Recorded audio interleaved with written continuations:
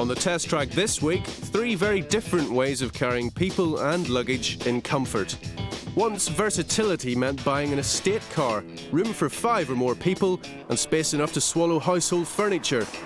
Next, the 4x4 moved out of the farmyard and onto the suburban school run.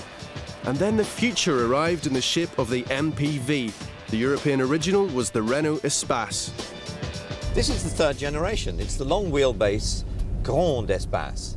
Modelled, you'll be surprised to hear, on the shape of the French high-speed train. That's the TGV. Despite its bus-like proportions, Renault have always claimed that this should drive like a car. And I think it does. But where it gets really weird is at the dashboard. I've always hated cars that have digital instrumentation, especially stuck up here in the middle of the fascia. It's not as if there's anything wrong with the car. It's just all very strange. Mitsubishi have been making the Shogun for years, so by now they should have got it right. And as an off-road vehicle, they have. Outside it looks butch and tough, and you feel like you can go anywhere in it. But the chances are it's never going to see hills and mud, and it's going to spend most of its time as a shopping trolley or even as a school bus. So what's it like on-road? Well, this steering's vague, and the suspension, even on its hardest setting, is still too soft. And what's this? Inclinometer and altimeter. I'm not a fighter pilot. I never thought I'd be so pleased to be driving a Volvo. All right, so I might need to carry 7 people, occasionally. And I may have a bit of an obsession with humping antique furniture around. But it's no excuse for driving a truck, is it? This is a normal estate car. Not only that, it's from the people who redefined the breed 30 years ago. It's got a good grunty turbo diesel engine, a pretty good automatic gearbox too. It feels good. We've set all 3 vehicles tests to check their practicality and their performance on the road. Our computer equipment will give precise results. Each of these cars is capable of carrying 7 people. Now, we haven't got enough presenters, so I need some volunteers for bums on seats. So I've chosen these 4 here. In you jump. We're going to overtake our driven truck on our simulated B road for our time exposed to danger test. How safe are these vehicles overtaking a truck at 40 miles per hour? Well, Dad, it looks like we've come by our driven truck again. Well, not worry, we'll go past it. Are we going to get past it in this Settle turbo down. diesel Settle Grand down. Espace? Settle down, children. Come on, Dad, put your foot down. Go on, Dad. Go. This is an enormously slow car. Well done. Let this be a warning against having too many children. Not quite TGV performance then. 9 seconds dead. And the Shogun? This is truck overtakes It feels truck. slow already, doesn't it? It does. But Right. we'll give it a fair crack. Let's Put go. your foot down, James. Go for it. Oh. Nothing seems to be happening. It's all getting very slow. In your own time, come on. Yeah, come on. Just Come on, accelerate. Pretty tight, James. There's a case there for staying behind the driven truck. So the Shogun is slower at 9.1. Now the Volvo's rear seats are only certified for kids, so we've added the equivalent of 2 children's weight, 50 kilos of water, which gives it a weight advantage. We're actually in a proper car for once with an automatic gearbox. Wow. Yeah. That's more like it. It's terrific. Yes. Not enough of an advantage to explain a rapid 7.5 for the Volvo, Renault second, the Shogun third. The next test measures how well these people carriers perform under hard braking. They're fully laden, the motorway is wet, and you make an emergency stop from 70. How much road do they need? First up, the Shogun. What do you think the stopping power of this will be like? Well, you'd have to stomp the brake and hope that the ABS like that? is gonna look after us.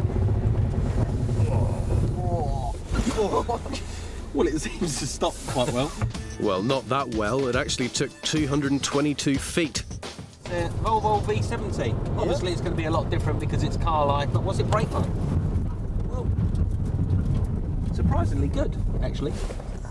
So the Volvo took 197 feet, a lot better than the Shogun. We're going 70 here on the motorway, We've got a and we're bus going to full see of what people, happens when we stomp over the It's old... going to happen in front of us. Lots of snaking under braking, Uncle Pete. Yeah, snaking on the braking. 182 feet, the Renault wins with the Volvo next and the Shogun last. The conclusion, don't drive too close in a 4x4.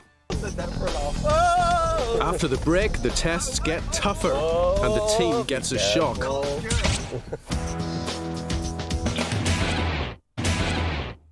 3 different solutions to family motoring, but which is the best? Down at the track, there are 2 tests to go. First, road manners. We are approaching a slalom of cones set at 60 feet apart. Now, the purpose of this is not hooliganism, it is to investigate the behaviour of these cars when you come across something a bit unexpected. For example, a bit of debris in the road, the sort of moment where you might be in a bit of trouble. We're in a Shogun, which is designed for off-road use, and as such, it has long suspension travel, very big tyres, really woolly steering, but we wanted to see what effect this will have. Whoa!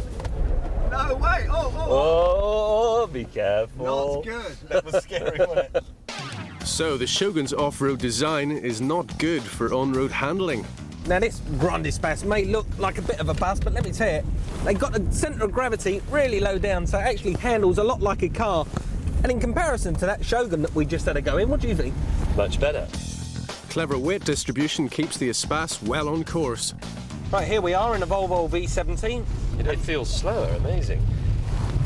But it's so much better, isn't it, James? I mean, look at it. It's because it's a proper car. Boxy, but good. So, the Shogun is very hard to handle on a tight turn, the Espace belies its bulk, but the Volvo is the clear winner. All these cars have lots of space, but how easy is it to use? We're going to put this table in the back of the Mitsubishi Shogun, and the clock starts now.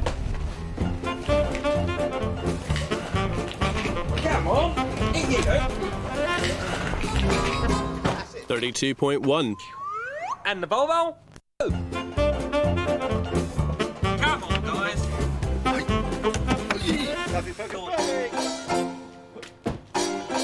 33.2. Last one, a Grande Espace. Go! This space was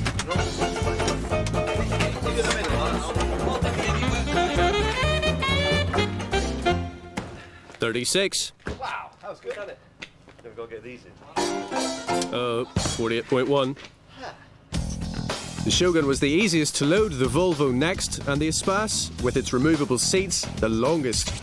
The end of a particularly tough day of testing with moving tables and loading people into the cars. Which is the best solution? We've got 3 completely different ones. Well, I'm going to go for the Renault. The reason being is because it feels great inside. It's got a fantastic space, as we know. And you were surprised at the side-to-side stuff, weren't you? I expected it to be very much like the Shogun. I expected it to be wallowy and throwing me around all over the place, and it didn't actually. It felt really tight going through the slalom course, but equally impressive again without loading the table test. I mean, if you can overcome the problem of where to stick the spare seats, it's a ban. Peter? Do you know, I like this Volvo. I like the real simplicity of it. I mean, inside there's no fancy detail or anything like that. None of that ghastly wood that one sees in some Volvos. No. Outside, super simple, you know, black door handles, black and grey, rails. isn't it? It That's is, and I thought that was really good. I like that feel to it, and I was amazed to find how practical it was. Right. Casting vote then, James? Well, we've all not even mentioned the Shogun, actually, and I'm afraid I'm going to rule it out as well, because I never want to drive off-road, and I don't want to have to put up with the compromises that an off-road vehicle imposes on me. It's fundamentally flawed. The steering is very, very woolly. The suspension is far And it's too wobbly, soft. isn't It's it? very It's wobbly. very wobbly. I still prefer the way the Volvo drives. I think I'll go for the Volvo. So there you go. If you need acres of space, it has to be the Renault Grande Espace. But if you just need quite a lot of space, the Volvo does it.